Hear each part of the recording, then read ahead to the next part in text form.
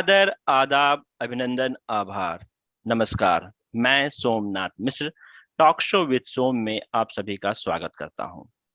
जैसा कि आप सभी जानते हैं, हमारे टॉक शो का विजन लोगों को उनके करियर बनाने में, चाहे वो किसी भी डोमेन में जाना चाहें, हम उनकी सहायता करना चाहते हैं और अपने तरफ से करते हैं। इसी क्रम में आज हमारे साथ जो हमारे अतिथि हैं, वो एशिया और नेशनल मेमोरी रिकॉर्ड होल्डर हैं। और इनके संघर्ष की अगर मैं बात करूं तो इन्होंने अपने जिंदगी में, कहते हैं ना, अगर मान लो तो हार है, ठान लो तो जीत है। तो सर ने 2008 से सर मेमोरी को याद करना, उसको लोगों को सहायता करना, बच्चों को, स्कूल्स को, युवा को, यूथ को इंस्पायर करना। इनके साथ एक छोटी सी घटना हुई 2013 में। इन्हें पता चला कि इन्हें एक भयंकर बीमारी है। उनसे टूटने के बाद भी, जैसे पता ही है आपको, कोई बीमारी होती है तो लोग उसमें टूट जाते हैं, लेकिन सर ने उस बीमारी का सामना किया, अपने आप को वहां से फिर से खड़ा किया। और आज के डेट में सर एक प्रेरणा स्रोत हैं। इन्हें किसी परिचय की मोहताज नहीं है। सर को पूरे जो मेमोरी रिकॉर्ड के क्षेत्र में कहें, मेमोरी होल्डर के क्षेत्र में कहें, तो इनको सब जानते हैं।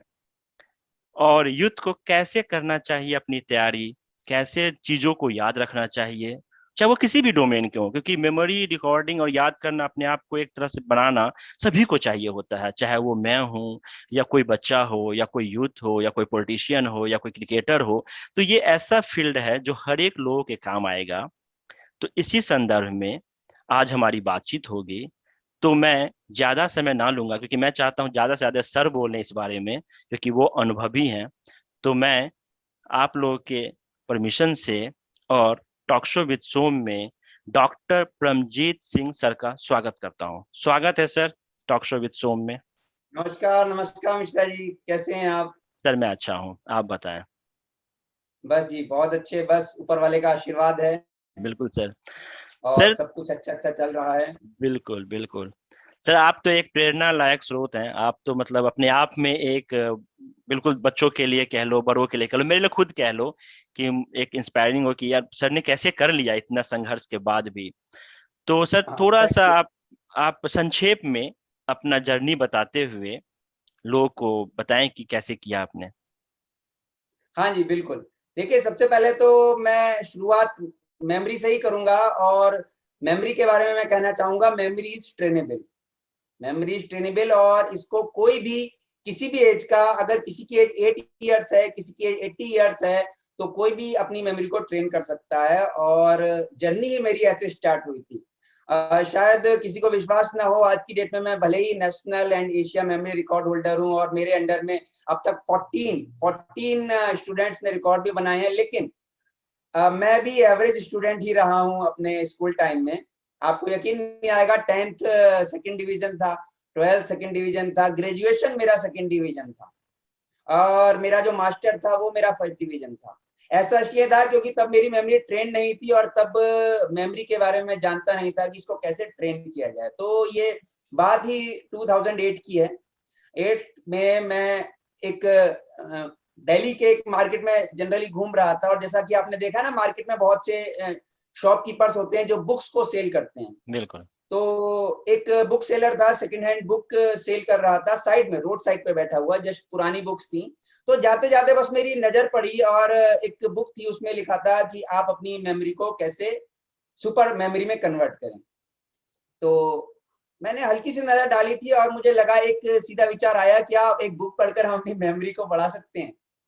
और मैं आगे चला गया और पता नहीं क्यों पीछे से वो बुक मुझे खींच रही थी, जैसे कि वो मुझे बुक खींच रही थी कि आ जाओ मुझे ले लो। तो मैं फिर से पीछे आया, मैंने पूछा क्या रेट है इसका, और उस सेलर ने बोला 60 रुपीज। सेकेंड हैंड दी और पेज भी पुराना सा लग रहा था ऊपर का। मैंने सोचा 60 रुपीज क्या है, चलिए ले लेते हैं, कुछ काम ही आएगी और हो सकता है डेवलप हो जाए मेमोरी। तो बस वहां से मेरी जर्नी स्टार्ट हुई थी। वो बुक लेकर मैं आ गया और इवन वो बुक लेके मैं आ तो गया था, विश्वास कुछ था कुछ नहीं था, डाउट्स थे कि पता नहीं क्या है, ऐसे ही तो किसी ने नहीं लिख दी। और मैं उसके राइटर को भी मैंने कभी सुना नहीं था पहले।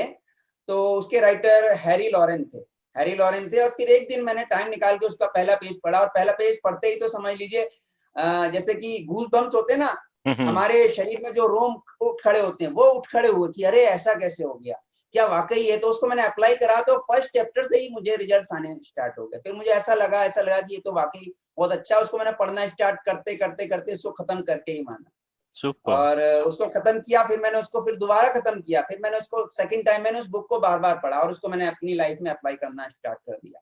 और वाकई फिर मुझे एहसास हुआ कि yes, memories trainable, memories trainable. Super. और उसको पढ़ने के बाद फिर मुझे लगा कि ये जो नॉलेज है, ये नॉलेज एक बहुत अच्छी नॉलेज है और इसको शेयर करना चाहिए। तो तभी से मेरी जर्नी स्टार्ट हुई और मैंने इसको शेयर करना स्टार्ट कर दिया स्टूडेंट्स के साथ, पेरेंट्स के साथ, अपने कलीग्स के साथ। मैं एक जॉब करता था एक एमएनसी कंपनी में उस टाइम, और ये जर्नी चलती गई चलती गई चलती गई। और जैसा कि आपने भी बताया कि मेरे संग एक मेरा एक्सीडेंट हुआ और उस एक्सीडेंट ने एक बीमारी का रूप ले लिया जो कि बड़ी डेंजरस बीमारी थी। और इवन मुझे 2 साल के लिए मुझे कंटिन्यू एम्स में अपना ट्रीटमेंट कराना पड़ा। मेरी जॉब क्विट हो गई और जो है मेरी सारी की सारी सेविंग्स थी वो खत्म हो गई थी। इवन मेरे ऊपर कर्जा लाखों का हो गया था। तो नॉर्मली हर कोई अगर जीरो पे भी खड़ा होता है, मैं तो जीरो से भी बहुत पीछे था, कुछ नहीं था। और ऐसा लगता था कि परम तेरी तो लाइफ बेकार है। बेड पे पड़े पड़े पड़े यही मेरे दिमाग में नेगेटिव बातें आती थी। और फिर एक दिन क्या हुआ, एक दिन पता नहीं क्यों, एक दिन अचानक से एक ख्याल आया सुबह उठते ही कि तेरे पास इतनी अच्छी एक कला है, एक कैलिबर है, एक स्किल है, क्यों ना उसको जो है और अच्छी तरीके से लोगों में बांट। तो बस वहां से मैंने इसको अपना प्रोफेशन बनाया और लोगों को सिखाना शुरू करा, स्टूडेंट्स को, स्कूल्स के हों चाहे कॉलेज के हों, डिग्री कॉलेज के हों। और उसके बाद बहुत से ऐसे कोर्सेज होते हैं, टेक्निकल कोर्सेज होते हैं उसमें, यूनिवर्सिटीज में।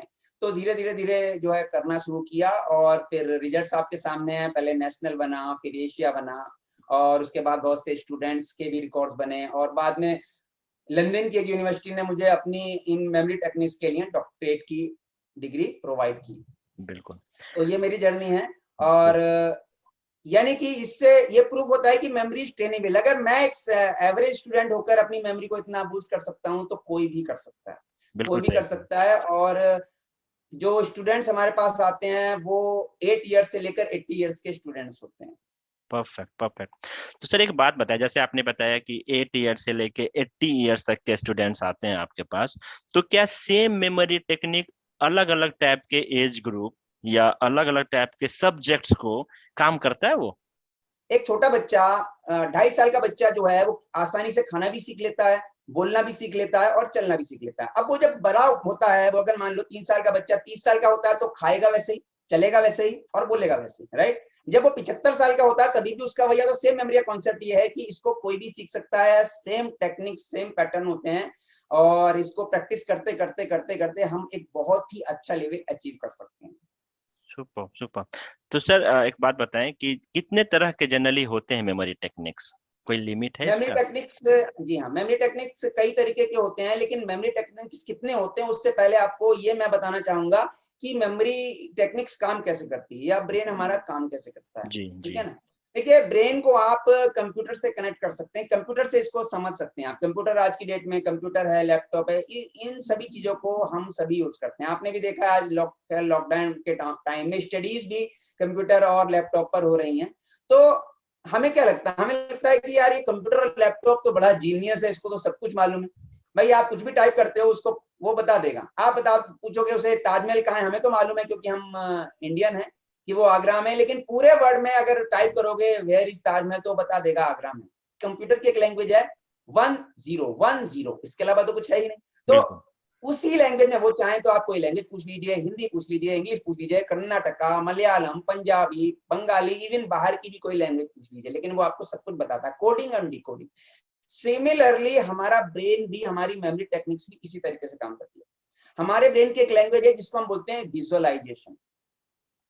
विजुअलाइजेशन इसको और हम छोटे बच्चे पर आते हैं। एक छोटा बच्चा क्या स्कूल जाने के बाद चीजों को सीखता है? मान लीजिए स्कूल जाके वो एबीसीडी सीख रहा है और फिर उसने सीखा सी भी सीखा, उसमें ए भी सीखा, आर भी सीखा, और फिर उसने सी ए आर को जोड़ के सीखा है कार, राइट।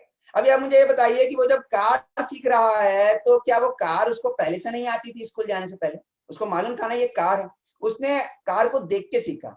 जब उसने कार को देखा तो कार की एक इमेज बनी और उसको मालूम है कि वो कार है। या मम्मी ने कहा है कि भाई ये डॉग है, ये बफेलो है, ये काऊ है, उसने काव को देखा हुआ है, उसने बफेलो को, डॉग को देखा हुआ है, 3 साल से पहले ही उसका 70% ब्रेन डेवलप हो जाता है, वो अपनी रीजनल लैंग्वेज को कितना अच्छी तरह बोलता है, राइट। वो इसलिए बोलता है, वो तो उसको तो ना तो एबीसीडी आया है, ना ई आया है, ना ही अपनी रीजनल लैंग्वेज आई है, लेकिन वो विजुअल से सीखा है। लेकिन होता क्या है, जैसे ही बच्चा स्कूल में आता है, वो विजुअल उसका धीरे धीरे क्या होता रहता है, धीरे धीरे वो नैरो होता जाता है और उसका दूसरा वाला फॉर्मेट स्टार्ट होता जाता है, ये सीखता है। और धीरे धीरे क्या होता है, धीरे धीरे वो बड़ा होता जाता है, उसकी बुक्स बनती जाती है, बुक्स में फिर उसका कंटेंट आता जाता है, किसमें, वर्ड्स में, नंबर्स में, यस। वो इमेजेस जो है वो गायब हो जाती हैं, फिर वो केवल वो कोई भी क्वेश्चन याद करता है और बड़ा होता है, क्वेश्चन है, आंसर है, और जो भी और भी कंटेंट है वो वर्ड्स में कन्वर्ट हो जाता है, यानी कि उसकी इमेजेस गायब हो जाती है। तो ये हमको ध्यान रखना होगा कि कोई भी अगर इमेजेस हैं, इमेजेस के थ्रू हम चीजों को याद करेंगे तो चीजें हमें याद होंगी। फॉर एग्जाम्पल, अगर मैं आप ही से कहूँ, आप ही की बात कहूँ कि आपसे मैं गुलाब के फूल के बारे में बात कहूँ, मैं, या मैं रोज के बारे में बात कहूँ, तो आप बताइए, आपके ब्रेन में ROSE रोज लिखा हुआ आया या रोज की इमेज आई? बताइए, आप खुद ही बताइए। इमेज आई, बिल्कुल लाल कलर जाहिर सी की बात इमेज आ है, गई। Image I. लेकिन वो बच्चा शुरू से ही ROSE रोज स्कूल में जाके ROSE रोज ही पढ़ता चला आ रहा है। और ऐसे ही अगर मैं आपसे कहूँ आपके एक फ्रेंड के बारे में, ये आपके बेस्ट फ्रेंड के बारे में बात कहूँ, तो आपके बेस्ट फ्रेंड की फोटो आई, उसके संग अच्छी अच्छी जो आपने यादें बिताई हैं, उसके संग हंसी खुशी आपने जो चीजें आपने करी हैं वो आई, कि FRIEND फ्रेंड लिखा हुआ आया, यानी कि वर्ड लिखा हुआ? बताइए। विजुअल ही आया, उसका चेहरा आया, बिल्कुल। That means our memory works on visual format, photo, images, visual, moving, इन चीजों पर हमारा काम जो है, इमेजेस, इन चीजों पर हमारी मेमोरी काम करती है। तो ये तो रहा इसका बेस। अब बात करते हैं, देखिए मेमोरी टेक्निक कितनी तरीके की होती है ना। तो अगर हम बात करें स्टडीज की, अगर कैरियर हमें पाना है तो कैरियर के लिए हमें पढ़ना तो पड़ेगा, वो पर्टिकुलर कैरियर, पर्टिकुलर गोल हमें चाहिए तो पढ़ना तो पड़ेगा। अगर हम कोई भी सब्जेक्ट पढ़ते हैं तो किसी भी सब्जेक्ट में 2 ही चीजें याद करने की होती हैं, वर्ड्स और नंबर्स। इसके अलावा कोई और चीजें तो बताइए। अगर कोई इमेज भी होगी तो इमेज में भी उस इमेज में वर्ड्स होंगे कि किसको क्या कहते हैं। अब इमेज को तो ब्रेन ने चलिए ले लिया, जैसे कि मैंने कहा, लेकिन उस इमेज में क्या कहते हैं, क्या, जैसे मान लीजिए छोटा बच्चा है, उसके सामने एक ह्यूमन की इमेज है, वो ये है, ईयर उसे दिख रहा है, लेकिन उसको लिखा हुआ ईयर, ये नोज, ये जो है लिप्स, इस तरीके से। तो यानी कि याद करने के लिए 2 ही चीजें हैं, वर्ड्स और नंबर्स। तो हमने क्या करना है, हमने इन वर्ड्स और नंबर्स को इमेजेस में कन्वर्ट करना है, इमेजेस में कन्वर्ट करना है। और जब हम इमेजेस में कन्वर्ट कर देंगे तो क्या होगा, उसकी इमेज हमारे ब्रेन में बैठ जाएगी और वो चीजें हमें याद हो जाएंगी। फॉर एग्जाम्पल, इस दुनिया के अंदर किसी भी एक वर्ड के 2 मीनिंग होते हैं। एक तो होता है डिक्शनरी मीनिंग, जिसे आप यूनिवर्सल मीनिंग कहते हैं, यानी कि आप ऑक्सफोर्ड को खोलिए, आजकल तो आप गूगल में भी टाइप कर सकते हैं, गूगल को खोलिए और टाइप कर दीजिए जिसका मीनिंग आपको जानना है, और वो आपको मीनिंग बता देगा, है ना। एक होता है पर्सनल मीनिंग, यानी कि personal meaning, that means personal चीजें हमारे लिए खास होती हैं, उसका एक पर्सनल वर्ड है हमारे लिए, उसके पर्सनल इमेज है जो हमारे ब्रेन में है ना। जैसे कि मान लीजिए अभी मैं आपसे बात कहूं, एक सिंपल वर्ड ड्रेस, ड्रेस। अभी ड्रेस को अगर आप डिक्शनरी में देखेंगे तो इसका हिंदी मीनिंग आएगा कपड़े या पोशाक, राइट, है ना। अब ये, लेकिन अगर मैं एक घर में जाऊं और एक घर में पूछूं कि बेटा ड्रेस का क्या मीनिंग है, एक घर में, अगर आप ही अपने घर को देखिए, आपके घर में एक छोटा बच्चा होगा, है ना, आप हैं, आपकी वाइफ होंगी और आपके पेरेंट्स होंगे। तो छोटे बच्चे से अगर कहेंगे हम कभी कि बेटा ड्रेस पहन लो फटाफट से, हमें जाना है घूमने, तो वो क्या करेगा, ड्रेस के नाम पे वो पहन लेगा एक टी-शर्ट और एक निक्कर, यानी कि उसके ब्रेन में एक पर्सनल मीनिंग है ड्रेस का, वो है उसको निक्कर पहनना और एक टी-शर्ट पहननी है। और आपकी वाइफ जो है, वाइफ पहनेंगी ड्रेस के नाम पे एक साड़ी या सूट सलवार, ठीक है। उनके ब्रेन में ड्रेस, ड्रेस का कॉमन वर्ड है एक, लेकिन उसका पिक्चर नहीं है। लेकिन वाइफ के ब्रेन में या लेडीज के ब्रेन में क्या है, ड्रेस का मीनिंग है सलवार सूट या साड़ी। और आपके लिए हो सकता है, आपके लिए कोट पैंट हो या पैंट शर्ट हो, ड्रेस, यानी कि सबके मन में अलग अलग इमेज है, सबके अलग अलग इमेज है जिससे वो फैमिलियर है, इसको हम बोलते हैं पर्सनल कीवर्ड। अभी वो यूनिवर्सल जो है वो हेल्प नहीं करेगा हमें, वो यूनिवर्सल हेल्प नहीं करेगा मीनिंग, वो डिक्शनरी का मीनिंग हेल्प नहीं करेगा, ये मीनिंग हेल्प करेगा। दादाजी जो हैं, यानी कि आपके फादर या आपके बच्चे के दादाजी, वो ड्रेस के नाम पे हो सकता है कुर्ता पजामा पहन ले या धोती कुर्ता पहन ले, ड्रेस का मीनिंग उनके लिए वो है। सिमिलरली चलिए अगर हम मूवी की बात करें, मूवी का मीनिंग होता है चलचित्र। अभी घर में आप अपने बच्चे से कहेंगे बेटा मूवी देखेगा, तो वो क्या इमेजिन करेगा मूवी के नाम पर, कार्टून मूवी। और हो सकता है आपको एक्शन मूवी पसंद हो और आपकी वाइफ को पसंद हो रोमांटिक मूवी, और दादाजी को इनसे कहोगे कि मूवी देखोगे, वो कहेंगे बेटा अच्छी सी एक जो है कॉमेडी मूवी लगा दो, है ना। तो दैट मीन्स मेमोरी टेक्निक्स में हम क्या करते हैं, हम एक कॉमन जो वर्ड है, सबकी बुक्स में टेक्स्ट है, कुछ वर्ड्स हैं, उनका यूनिवर्सल मीनिंग अलग है, दुनिया के लिए वो अलग है, वो एक ही है, इसकी इमेज नहीं है। हमने क्या करना होता है, मेमोरी टेक्निक्स के थ्रू हमको उसको इमेज में कन्वर्ट करना होता है। जैसे कि मैं आपको एक एग्जांपल देता हूँ, मान लीजिए साइंस का एक स्टूडेंट है, उसको पीरियोडिक टेबल याद करनी है, पीरियोडिक टेबल याद करनी है, और पीरियोडिक टेबल में पीरियोडिक टेबल में हीलियम एक एलिमेंट है जिसका एटॉमिक नंबर 2 होता है। अब वो हीलियम याद करना है और हीलियम की इमेज नहीं है।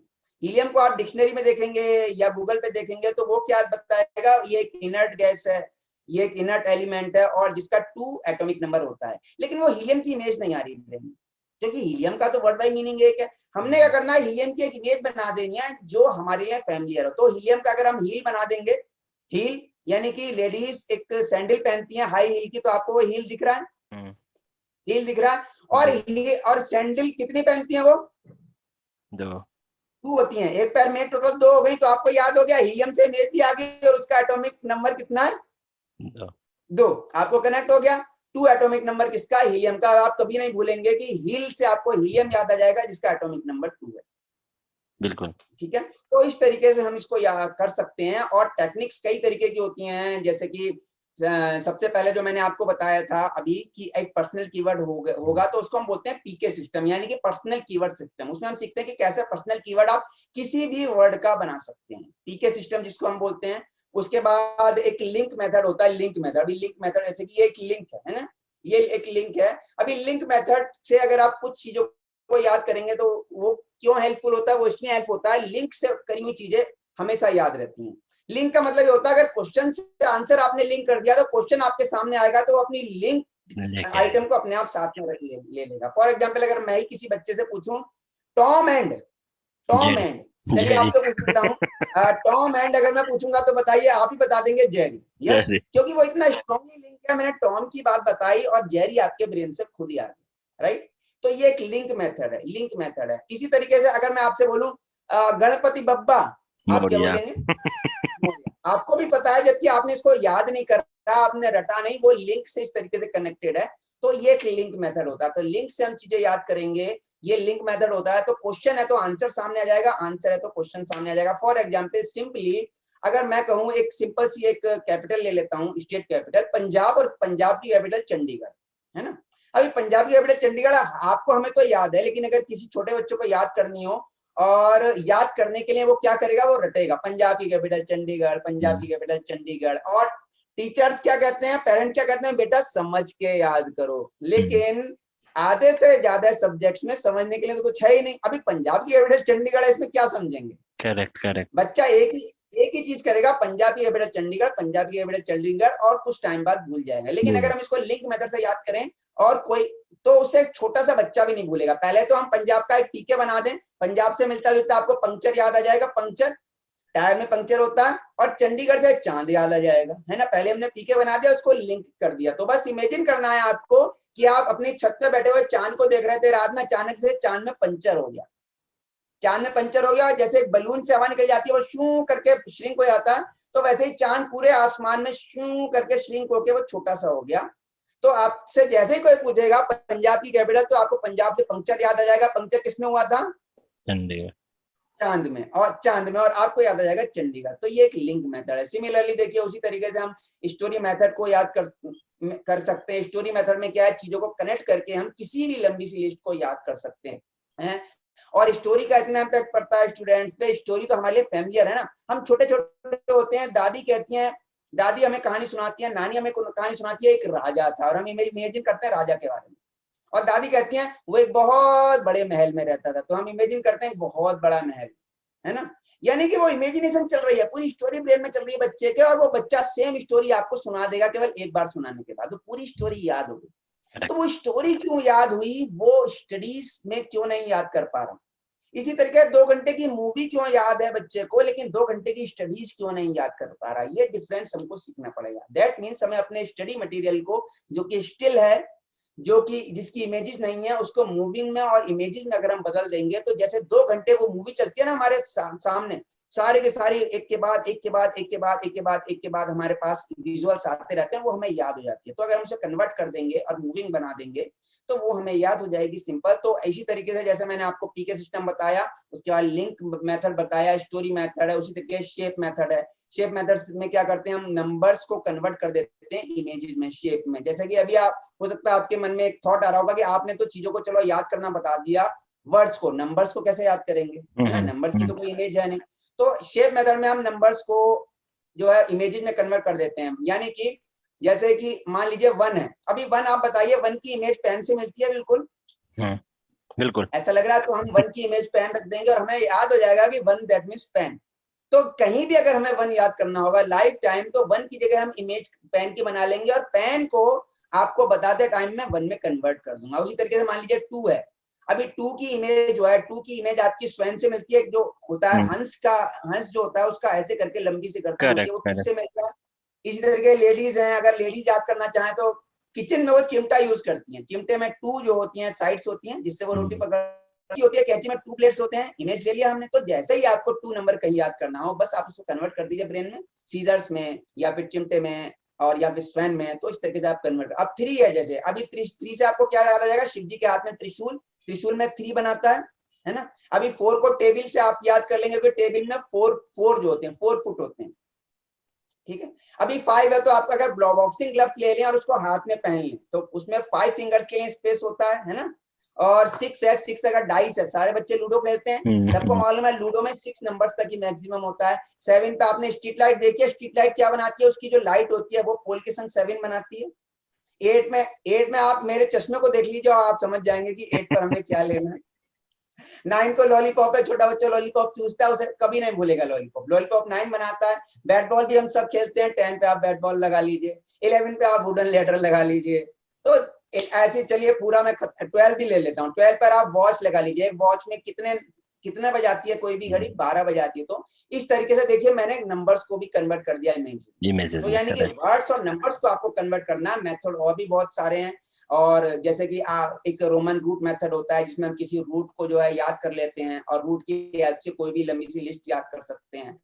और इसी तरीके से जो है कई तरीके के मेथड्स होते हैं अगर हम मेमोरी टेक्निक्स को याद करें, और वो मेथड लाइफ में एक टाइम याद करने होते हैं। यानी कि आप इसको 1 महीने की एक ट्रेनिंग ले लीजिए, 1 टाइम इन्वेस्टमेंट है, आपको ये नहीं कि ट्यूशन की तरह बार बार करना है आपको, या स्कूल में हर साल आपको एडमिशन कराना है। आप एक बार इस ट्रेनिंग को लेते हैं तो वो लाइफ टाइम के लिए आपको एक काम आती है। सर जैसे आपने इतनी सारी बातें बताएं और बहुत ही उपयोगी बातें बताएं, तो जो स्टूडेंट्स, जैसे मैं बात करूँ तो स्टूडेंट्स के लिए अच्छे हैं, जो छोटे बच्चे नंबर सीखना चाह रहे हैं उनके लिए अच्छे हैं, लेकिन जो मान लो गवर्नमेंट जॉब की तैयारी कर रहे हैं या कॉर्पोरेट की इंटरव्यू की तैयारी कर रही है, उनको ये कैसे मतलब मदद करेगा? नंबर्स में करेगा, वर्ड्स में करेगा, बट उनके जैसे मान लो कंप्यूटर की, जैसे आपने बात किया, लैंग्वेज सीखना है, तो वो सब कैसे याद रख पाएंगे? देखिए लैंग्वेज सीखना इतना आसान है कि 1 साल में कोई भी लैंग्वेज आप सीख सकते हैं मेमोरी टेक्निक्स के थ्रू, ठीक है ना। क्यों देखिए मैं आपको सिंपल सा एग्जांपल बताता हूँ। किसी भी लैंग्वेज में अगर आप 1000 एक वो कॉमन वर्ड जो डेली यूज के होते हैं अगर आप पिक कर लीजिए और उनको आप सीख लीजिए, तो आप उस लैंग्वेज को बोलना भी सीख जाएंगे और समझना भी सीख जाएंगे, राइट, है ना। तो अगर हम किसी भी लैंग्वेज के 1000 वर्ड्स ले लें और केवल 3 वर्ड्स डेली याद करें, 3 वर्ड्स डेली याद करें, और 3 वर्ड डेली याद करने से क्या होगा, 1 साल में कितने वर्ड्स हो जाएंगे लगभग? मोर देन दैट, मतलब 1000 से ज्यादा। हाँ, मतलब 1000 से ज्यादा हो जाएंगे। लेकिन अगर हम 1000 मान के चले तो 1 साल में आप कोई भी लैंग्वेज सीख सकते हैं। एग्जाम्पल, किसी को इंग्लिश सीखनी है, इंग्लिश के वर्ड सीखने हैं, तो इंग्लिश के 3 वर्ड्स वो डेली सीखें, और 3 वर्ड डेली सीखने के बाद वो पूरी इंग्लिश को एब्डिकेट। अभी एब्डिकेट का मीनिंग होता है टू गिव अप करना या हार मान लेना। अब आप इसको कैसे याद करेंगे? सबसे पहले देखिए वही रूल फॉलो होगा, आप इसका एक पर्सनल वर्ड बना लीजिए, पर्सनल कीवर्ड। एब्डिकेट को आप इमेजिन नहीं कर सकते, एब्डिकेट को आप समझ ही नहीं सकते। एब्डिकेट का मीनिंग टू गिव अप होता है, जैसे कि हमारे टीचर्स बोलते हैं कि इसको समझ समझ के याद करो, आपको आप तो रटेंगे ही ना एब्डिकेट टू गिव अप। लेकिन मेमोरी टेक्निक्स के थ्रू हम पहले एक वर्ड बना लेंगे, ए बड़ी कैट, है ना, और एक इमेजिनेशन कर लेंगे, ए बड़ी कैट चूहे के पीछे दौड़ रही थी, चूहा नहीं मिला तो उसने गिव अप कर लिया, यानी कि उसने हार मान ली, और आपको याद हो जाएगा एब्डिकेट का मीनिंग टू गिव अप। इस तरीके से हम एब्डिकेट को याद रखेंगे। अभी मान लीजिए बाइनियल एक वर्ड होता है, बाइनियल। अभी बाइनियल का मीनिंग होता है, बाइनियल का मीनिंग होता है 2 साल में एक बार, 2 साल में एक बार। अभी बाइनियल को आप याद करो, 2 साल में एक बार होने वाली इवेंट को, या 2 साल में एक बार होने वाली चीज को बाइनियल बोलते हैं, रटोगे। लेकिन मैं क्या करूंगा, मैं बाइनियल को एक वर्ड दे दूंगा जिसको हमारा ब्रेन देख सकता है। तो बाई को देख सकता है हमारा ब्रेन, जो मेड होती है घर में काम करने वाली, और नील को भी दे सकता है, बाई और नील। तो हमारी जो बाई है वो हमारे घर में जब कपड़े धोती है तो कपड़ों पे 2 साल में एक बार नील लगाती है। हमारी बाई नील लगाती है हमारे कपड़ों पे 2 साल में एक बार, और आपको याद हो जाएगा 2 साल में जो एक बार होता है उसको बाइनियल बोलते हैं। चलिए अभी चलिए एक और अच्छा बताता हूँ, आपको बड़ा मजा आएगा। एक वर्ड होता है हैंडपैक। अभी हैंडपैक का मीनिंग होता है जोरू का गुलाम, यानी कि who follows order of his wife, उसको बोलते हैं जोरू का गुलाम। तो हैंडपैक से हमने एक वर्ड ले लिया, हैन यानी कि मुर्गी, और पक, मुर्गी तो पक पक करती है ना, हैन पक। तो आप इमेजिन कर लेंगे कि जब भी वाइफ हस्बैंड को बुलाती है तो हस्बैंड हैन की तरह पक पक करता हुआ आता है, यानी कि जोरू का गुलाम, और वो अपने जो है वाइफ की बात मानता है। तो इस तरीके से अगर हम थोड़ा फनी भी याद रखेंगे तो वो चीजें हम कभी नहीं भूलेंगे। तो इस तरीके से हम कोई भी लैंग्वेज को याद कर सकते हैं 1 साल में। और अभी बात आई, आपने बताई कॉम्पिटिटिव एग्जाम्स की बात, तो मैं आपको बता दूं कि कॉम्पिटिटिव में टाइम इंस्टीट्यूट है जो कि इंडिया में बहुत फेमस है, और इंडिया में हर एक अच्छे सिटी में उसकी ब्रांच है। और टाइम का मैं काफी टाइम तक एज ए गेस्ट फैकल्टी उनके पैनल पे रह चुका हूँ। तो देखिए उसमें क्या होता है, उसमें हिस्ट्री याद करनी होगी कॉम्पिटिटिव एग्जाम के बच्चों को, ज्योग्राफी याद करनी होगी कॉम्पिटिटिव एग्जाम के बच्चों को, इंग्लिश याद करनी होगी जैसा कि मैंने अभी आपको बताया, ठीक है। मैथ्स में उसको बहुत सी चीजें याद करनी होंगी, स्क्वायर है, क्यूब्स है ना। तो यानी कि कॉम्पिटिटिव एग्जाम के बच्चे जो हैं, जो एस्पिरेंट्स हमारे, वो भी इन मेमोरी टेक्निक्स को लगाकर चीजों को बड़ी ही आसानी से याद कर सकते हैं। और मैं बहुत जल्दी एक पूरा मैं काम कर रहा हूँ कॉम्पिटिटिव एग्जाम का पूरा कोर्स को मैं कन्वर्ट कर रहा हूँ मेमोरी टेक्निक्स के थ्रू। बहुत ही जल्दी आप पाएंगे कि कॉम्पिटिटिव एग्जाम का पूरा कोर्स मैंने मेमोरी टेक्निक से कन्वर्ट करके लॉन्च कर दिया।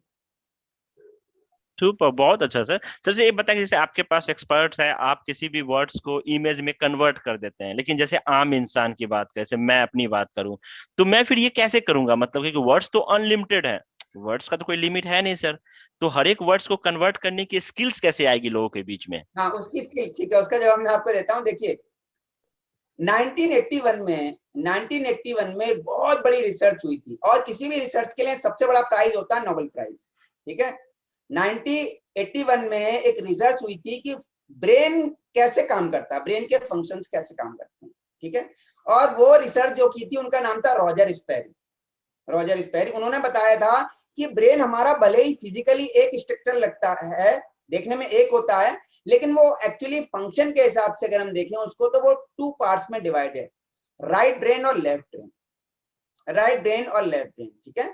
और उन्होंने ये बताया था कि 95% लोग स्टडीज के लिए, पढ़ाई के लिए, चीजों को याद करने के लिए अपने लेफ्ट ब्रेन का यूज करते हैं। मेरी बात ध्यान से समझिएगा, बड़ा इंपॉर्टेंट पॉइंट है ये, और बच्चों के लिए बड़ा इंपॉर्टेंट पॉइंट है। 95% लोग अपने लेफ्ट ब्रेन का यूज करते हैं, और उसको आप ऐसे समझ सकते हैं कि 95% से ज्यादा लोग राइट हैंडेड होते हैं, राइट हैंडेड होते हैं, सीधे हाथ से काम करते हैं। आप भी राइट हैंडेड हैं, इसी तरीके से आपके और मेरी तरह 95% से ज्यादा लोग राइट हैंडेड होते हैं। और हमारी बॉडी का जो राइट पार्ट है उसको लेफ्ट ब्रेन कंट्रोल करता है,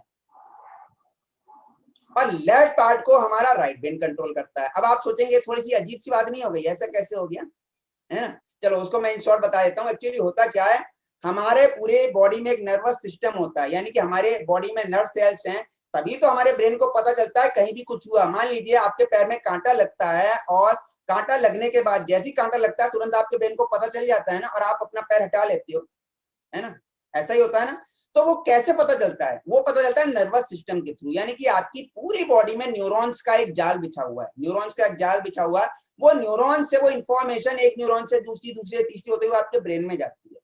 तो आपके राइट साइड के जो न्यूरॉन्स हैं वो यहाँ से क्या करते हैं, यहाँ से क्रॉस होकर लेफ्ट में चले जाते हैं, और लेफ्ट साइड के न्यूरॉन्स यहाँ चले जाते हैं। यही कारण है, अगर आप राइट हैंडेड हैं तो इसका मतलब आपका लेफ्ट ब्रेन ज्यादा एक्टिव है। ओके। अभी दूसरी मजे की बात है, जो सबसे पहले मैंने आपको बताया था विजुअलाइजेशन, वो कौन से ब्रेन का पार्ट है? वो पार्ट है राइट ब्रेन का। यानी कि अब आप समझ लिए, राइट ब्रेन का पार्ट है विजुअलाइजेशन, इमेजिनेशन, जो आपने कहा कि मेरी स्किल कैसे डेवलप हो, है ना। तो वो पार्ट इस ब्रेन का है ना, और आप इस ब्रेन को यूज कर रहे हैं। मान लीजिए आज की डेट में अगर किसी की एज 30 ईयर्स हो गई तो 30 ईयर्स से वो इसी ब्रेन का यूज कर रहा है। ये तो ठीक इस प्रकार से हो गया है कि आपके पास दो बहुत अच्छी अच्छी कार हैं, एक तो मर्सिडीज है, एक लैम्बोर्गिनी है, लेकिन मर्सिडीज आपको पसंद है, लैम्बोर्गिनी धूल खा रही है, यानी कि इतनी अच्छी चीज होने के बावजूद भी वो वेस्ट हो रही है ना। या फिर आपके पास एक 2 रूम सेट है, एक रूम आप यूज करते हैं, दूसरा रूम बंद पड़ा, तो उसमें क्या होगा, जाले लग जाएंगे, मकड़ियां आ जाएंगी, चूहे अपना बिल बना लेंगे, गंदा हो जाएगा, सीलन हो जाएगी, आपके पास होते हुए भी आप वो 50% चीज को ऑक्युपाई नहीं कर पा रहे, है ना। तो क्या होगा, यही मैंने कहा। अब आपने कहा कि आपकी स्किल कैसे डेवलप होगी, हाँ मैं भी कहता हूँ आपकी स्किल पहली बार में तो डेवलप नहीं होगी। अब आप मुझे एक बात बताइए, अगर मान लीजिए कोई किसी से आपकी फ्रेंडशिप होती है, या आप कहीं जाते हैं, या कोई बच्चा किसी क्लास में जाता है, तो क्या वो क्लास में जाकर किसी दूसरे स्टूडेंट से पहले दिन ही बहुत अच्छी दोस्ती कर लेता है? अगर कोई स्टूडेंट एकदम से आके कहे कि जी मुझसे दोस्ती कर लो, वो नहीं करेगा। आपको थोड़ी थोड़ी बातचीत होगी पहले दिन, तो दूसरे दिन थोड़ी और बात होगी, फिर पता चलेंगे एक दूसरे के शौक पता चलेंगे, बाद में वो पक्के दोस्त बन जाएंगे, यानी धीरे धीरे पास में आएंगे, एक दिन में तो नहीं आएंगे। सिमिलरली जब आप इस ब्रेन का यूज करोगे तो वो क्या कहेगा, भाई मैं क्यों आऊं 30 साल से तो तुमने मुझसे पूछा नहीं, और अब तुम कह रहे हो। लेकिन जब आप उसे फिर बाद में अगले दिन फर्क कहोगे, भाई आजा भाई दोस्ती करनी है, आजा भाई दोस्ती करनी है, तो क्या होगा, वो धीरे धीरे आपके पास आएगा, और फिर क्या होगा, 1 महीने में वो आपके पास आ जाएगा और आपसे वो दोस्ती कर लेगा। दैट मीन्स अगर आप प्रैक्टिस करेंगे तो वो आप स्किल्स में आप जो वो स्किल्स जो है आपके लिए इजी हो जाएंगी। कहते हैं ना, practice makes a man perfect. मैं कहता हूँ practice makes a student perfect. मैं स्टूडेंट से ये कहता हूँ। तो ऐसा नहीं है कि मैंने बताया और आपने सुन लिया और काम हो गया, आपको अप्लाई करना पड़ेगा बार बार, कुछ टाइम तो लेगा ना वो ब्रेन डेवलप होने में। इस तरीके से इसमें आप कर लें। सुपर। तो सर आप ये बताएं कि अपने जो आपका इंस्टीट्यूट चलता है, क्योंकि हमारे दर्शक अगर आपके इंस्टीट्यूट्स पे आना चाहें तो कैसे क्या है, कैसे कांटेक्ट करेंगे? जी हाँ, देखिए अभी तो लॉकडाउन का माहौल ही चल रहा है, तो अभी तो फिलहाल ऑनलाइन क्लासेस हो रही हैं। तो हमारे जो एकेडमी का नाम है वो है राइम एकेडमी। तो अगर हमारे दर्शक जो हैं सिंपली राइम एकेडमी भी टाइप कर देंगे गूगल पे, तो उन्हें राइम की वेबसाइट भी मिल जाएगी। यूट्यूब चैनल है, आप यूट्यूब लिख देंगे राइम एकेडमी तो वो आपको मिल जाएगा। और अगर मेरा नाम भी आप डाल देंगे, आप बस इतना डाल दीजिए परमजीत सिंह मेमोरी ट्रेनर, आपको मेरा प्रोफाइल मिल जाएगा, और उस पर जो है आप देख सकते हैं। मेरा नंबर भी पड़ा हुआ है, वैसे मैं अपना नंबर यहाँ भी बता देता हूँ। मेरा नंबर है 8894671333। तो अगर किसी को जो है इस बारे में और कुछ जानना है तो वो मुझे कॉल कर सकते हैं, और कॉल करके इन चीजों की इंफॉर्मेशन ले सकते हैं। तो अभी तो फिलहाल ऑनलाइन ही ट्रेनिंग चल रही, और इससे पहले जब ये कोरोना नहीं हुआ था तो हम स्कूल्स में, होटल्स को बुक करके, यूनिवर्सिटीज में और कई सिटीज में हम ट्रेनिंग लेते थे। और हमारे जो है स्टूडेंट्स वो इंडिया के बाहर भी हैं। जैसे अगर मैं बात करूं, हमारे स्टूडेंट यूके में हैं, नेपाल में हैं, कनाडा में हैं, सऊदी अरेबिया में हैं, कतर में हैं, तो कई कंट्रीज में हमारे स्टूडेंट्स हैं। और इन स्टूडेंट की कैटेगरी में, जैसा कि आपने कहा था कि बच्चे, हाँ, प्रिंसिपल्स भी हैं, टीचर्स भी हैं, इवन 75 इयर्स के रिटायर्ड पर्सन भी हमारे साथ जुड़े हुए हैं। ऑसम। सर ये बताएं कि जैसे कि अगर मान लीजिए मुझे ये मेमोरी करना हो तो उसके लिए कोई पहले से कुछ तैयारी करनी पड़ती है या ऐसा नहीं है, मतलब कैसे कुछ होता है प्रीरिक्विजिट स्टेप का? हाँ, बस इतनी तैयारी करनी होगी कि आपको अपनी मेमोरी पे विश्वास करना पड़ेगा, बस इतनी सी तैयारी करनी होगी। अगर आपको विश्वास है अपने ऊपर तो आप जो है बिल्कुल मेमोरी कोर्स कर सकते हो। डाउट नहीं रखना। डाउट क्यों नहीं रखना, देखिए अक्सर आपने सुना होगा लोग बाग क्या कहते हैं, लोग बाग अपने आप को ही जो है नेगेटिव बोलते हैं। कुछ लोग कहते हैं यार मुझसे नहीं हो पाएगा, है ना। कुछ लोग कहते हैं यार मेरे बस का नहीं है। कुछ लोग नेगेटिव बोलते हैं, सामने वाले को बोलते हैं यार तुझसे नहीं हो पाएगा। तो हमें कभी अपनी मेमोरी को बैड वर्ड्स नहीं बोलने, यार मेरी मेमोरी तो बहुत कमजोर है, मुझे तो कुछ याद नहीं रह पाता। क्यों नहीं बोलना चाहिए? देखिए एक बहुत बड़ा लॉ है इस दुनिया में, लॉ ऑफ अट्रैक्शन। आपने भी नाम सुना होगा, law of attraction. Law of attraction ये कहता है कि अगर आप किसी चीज के बारे में सोचते हो, बार बार उसके बारे में विजुलाइज करते हो, बार बार बोलते हो, तो वो उस सेम चीज पर आपका ब्रेन काम करने लगता है ना। तो अगर हम नेगेटिव वर्ड्स बोलते हैं तो क्या होता है कि ब्रेन उसी तरफ काम करने लगता है। तो हमने कभी, बस हमें अपनी मेमोरी पर विश्वास करना है, अपनी मेमोरी पर, अपने ब्रेन पर हमें विश्वास करना है, हमें खुद पर बिलीव करना है, तो ब्रेन उसी चीज पर काम करने लगेगा। देखिए ठीक इस प्रकार काम करता है। मान लीजिए एक सबसे बड़ा लॉ है इस दुनिया में कि पृथ्वी हर चीज को अपनी ओर आकर्षित करती है, जिसको बोलते हैं ग्रेविटेशनल। अगर सोम जी आप बोलते हैं मेरी इस बात पे कि जे मैं तो नहीं मानता ग्रेविटेशनल फोर्स को, है ना, तो क्या एक बात बताइए, आपके ना मानने से क्या वो अर्थ अट्रैक्ट नहीं करेगी किसी भी चीज को? वो तो काम करेगा ना। इसलिए अगर आप कहें बाई चांस अगर किसी को लगता है कि ये लॉ ऑफ अट्रैक्शन तो बेकार की चीज है, ऐसा कैसे हो सकता है, मैं तो नहीं मानता, तो उसके ना मानने से ये चीज काम नहीं करेगी। तो अगर डाउट में रहकर आप इसको प्रिपेयर करेंगे तो रिजल्ट नहीं आएगा। आप विश्वास कीजिए अपनी मेमोरी पे, अपने ब्रेन पर, और आप कर सकते हैं, और आप बहुत जल्दी अपनी मेमोरी को ट्रेन कर सकते हैं। देखिए, इस दुनिया में वीक मेमोरी और स्ट्रॉन्ग मेमोरी जैसी कोई चीज है ही नहीं। मेमोरी होती है क्या? ट्रेन मेमोरी और अनट्रेन मेमोरी। तो आप अपनी मेमोरी को बड़ी आसानी से ट्रेन कर सकते हैं। सर, अंत में एक सवाल कि जैसे मान लीजिए मेमोरी ट्रेनर बन गए कुछ लोग, फिर वो अपना रोजगार या कहीं जॉब ढूंढना चाहते हैं, तो क्या उनके लिए कैसे ऑप्शंस हैं? हाँ, उनके लिए देखिए, उनके लिए बहुत अच्छी ऑप्शन है, 2 ऑप्शन है उनके लिए। देखिए, पहली बात, मेमोरी ट्रेनर्स की इंडिया के अंदर बहुत जरूरत है, क्योंकि मेमोरी की जो भी मैंने बात बताई वो एकेडमिक के अंदर है ही नहीं। कोई भी जो है स्कूल के अंदर वो चीजें नहीं कराई जाती हैं, है ना। स्कूल के अंदर पर्टिकुलर सब्जेक्ट्स को लेकर जो है फोकस किया जाता है। जैसे हिस्ट्री पे फोकस किया जाएगा, हिस्ट्री वाला, ज्योग्राफी पे फोकस करा जाएगा, ज्योग्राफी के टीचर, इंग्लिश पे इंग्लिश के टीचर। लेकिन क्या है कि उन सारे स्टूडेंट्स को पहले तो ये आना चाहिए कि how to learn, correct, how to learn. तो सब्जेक्ट्स तो बात की बात है, पहले हम ये तो सीख लें कि हाउ टू लर्न। तो उसको सिखाने के लिए बहुत जो है मार्केट के अंदर मेमोरी ट्रेनर्स की जरूरत है। एज ए ट्रेनर वो कैरियर बना सकते हैं अपना, और उसके बाद वो स्कूल्स में कांटेक्ट कर सकते हैं, कोचिंग जो है अपनी पढ़ा सकते हैं, अपना एक सेंटर खोल सकते हैं। और ये एक सर्टिफाइड कोर्स है, मैं बकायदा राइम एकेडमी का सर्टिफिकेट देता हूँ। फर्स्ट ऑप्शन तो ये है। सेकंड ऑप्शन ये है कि वो राइम एकेडमी के साथ भी जुड़कर काम कर सकते हैं, यानी कि राइम का ब्रांड लेकर, राइम का नाम लेकर जो है वो राइम के संग टाई अप करके अपने किसी क्षेत्र में काम कर सकते हैं राइम के साथ। ये दोनों ही ऑप्शन ओपन है, और हमारे बहुत से ट्रेनर्स काम कर भी रहे हैं। सुपर। हमारी टीम है कई ट्रेनर्स की। यस, ये प्लीज 8 ट्रेनर्स हमारे डेडिकेटेड होकर कोर्स को कन्वर्ट करने पर काम कर रहे हैं। 8 ट्रेनर्स जो कि 5th से लेकर 10th तक का पूरा सिलेबस कन्वर्ट कर रहे हैं, और प्लस जो है वो कॉम्पिटिटिव एग्जाम के सिलेबस पे भी काम कर रहे हैं। Super.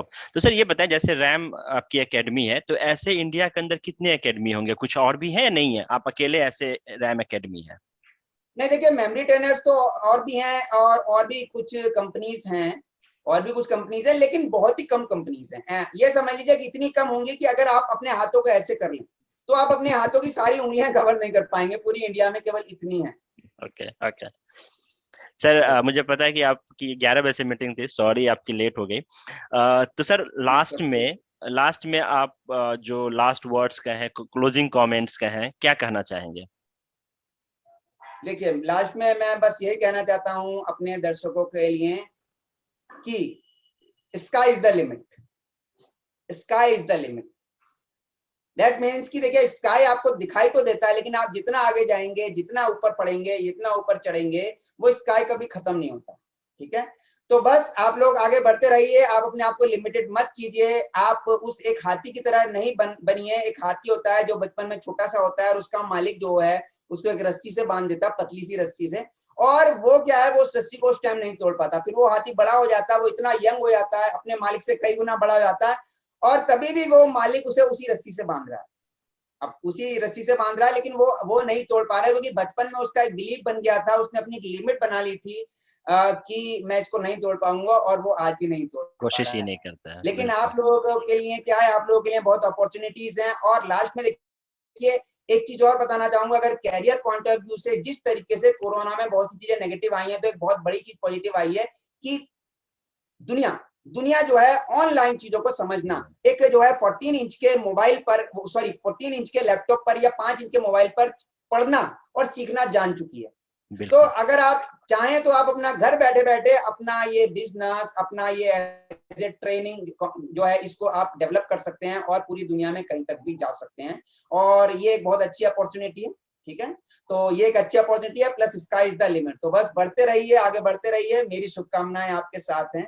All the very very best. बहुत बहुत धन्यवाद सर, आप टॉक शो विद शो में आए और इतनी सारी महत्वपूर्ण बातें की कि अगर आपकी हर एक बातों को कोई फॉलो करे तो उसका जो सफलता है उसे मिलना निश्चित है। तो बहुत बहुत धन्यवाद टॉक शो विद शो में आने के लिए। थैंक यू सोम जी, अच्छा लगा आपके इस शो में आकर। Thank you sir, bye bye. Bye bye.